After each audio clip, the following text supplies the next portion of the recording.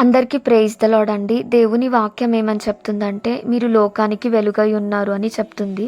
So, మనని మనం పరీక్షించుకోవాలి ఏంటంటే, నేను నిజముగా లోకానికి వెలుగుగా జీవిస్తున్నట్లయితే, నా ద్వారా ఎవరివైనా జీవితాలు వెలిగించబడి మార్చబడ్డాయా అనేది మనని మనం పరీక్షించుకోవాలండి. చూడండి, దేవుడు మనము లోకానికి వెలుగుగా జీవించాలని కోరుతున్నారండి. చాలా అంటే చాలా ఆశపడుతున్నారు. అంటే మనలో ఉన్న క్రీస్తు యొక్క వెలుగు ద్వారా ఇతరుల జీవితాలు వెలిగించబడి మార్చబడాలని దేవుడు కోరుతున్నారండి. చూడండి, కొంతమందికి మనము సువార్తని ఈజీగా గలము. అంటే మనకి అర్థమవుతుంది కదా, అరే ఓకే వీళ్ళకి సువార్త చెప్తే వీళ్ళు యాక్సెప్ట్ చేస్తారు, ఓకే వీళ్ళకి చెప్పొచ్చు అని. కానీ కొంతమంది విషయంలో మనం కొంచెం భయపడతాం అనమాట. అంటే ఎట్లా అంటే, వీళ్ళకి చెప్తే వీళ్ళు అంగీకరిస్తారా లేదా అని. ఎందుకంటే కొంతమంది దేవునికి కంప్లీట్గా ఆపోజిట్గా జీవిస్తూ ఉంటారనమాట. సో అలా సువార్త చెప్పలేని పరిస్థితులు ఒకవేళ ఉన్నట్లయితే మనము ఏం చేయొచ్చు, మనలో ఉన్న క్రీస్తు యొక్క వెలుగుని ఇతరులకి ఎలా కనపరచవచ్చు అంటే అండి,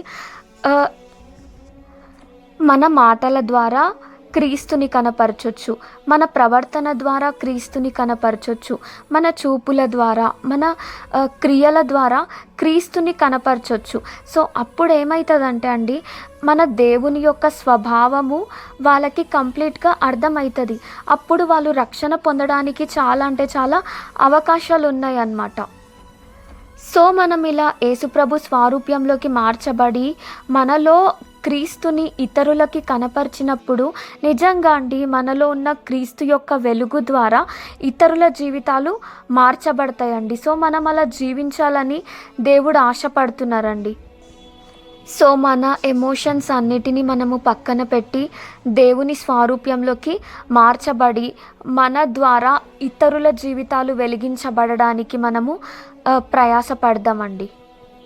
సో ప్రార్థనలో అడగాలి ఏంటంటే, దేవా నన్ను మీ స్వారూప్యంలోకి మార్చండి దేవా, నా నా జీవితము ద్వారా, నాలో ఉన్న మీ వెలుగు ద్వారా ఇతరుల జీవితాలు మార్చబడినట్లు నన్ను దయచేసి మీ స్వారూప్యంలోకి మార్చండి దేవా అని దేవునికి ప్రార్థన చేయాలి.